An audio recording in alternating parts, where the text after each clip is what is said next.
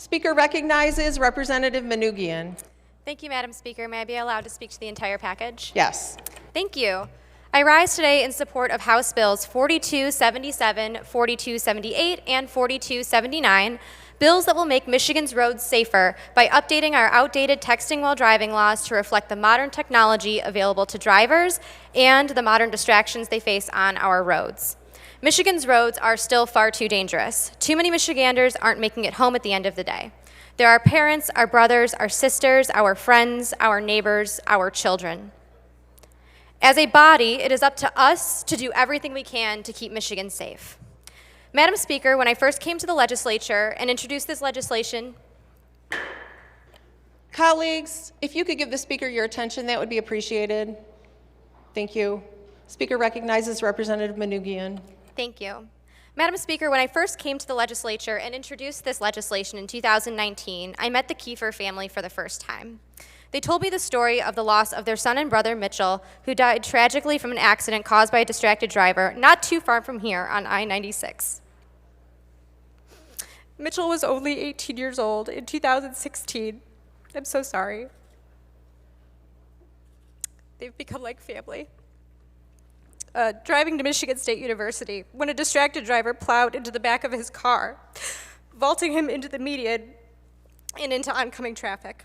Mitchell's car was hit by a truck, and he was tragically killed instantly.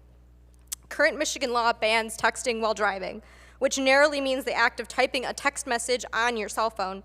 That means a driver can still stream Netflix, shop on Amazon, record a TikTok, or take a Zoom call on camera while driving and be compliant with Michigan law, which, if we're being honest, makes absolutely no sense to me.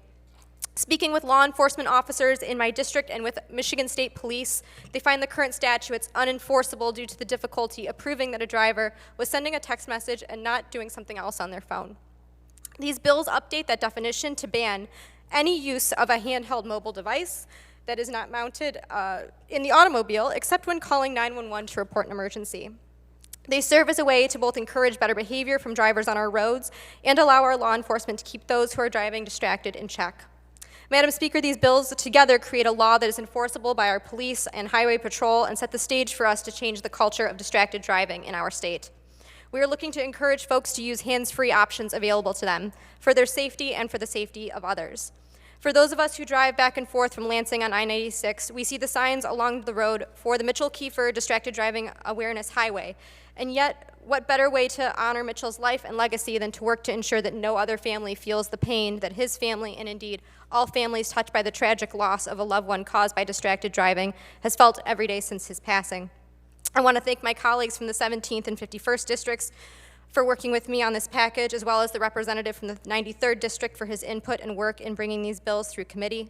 I also want to thank the Kiefer family for their constant advocacy and support of this legislation in memory of Mitchell, and Bonnie Raphael, whose 17-year-old daughter, Kelsey, was also killed by a distracted driver. She's been an incredible advocate on this issue. And I want to thank you all for the opportunity to speak to this legislation, and I urge a yes vote on all of these bills. Thanks, Madam Speaker.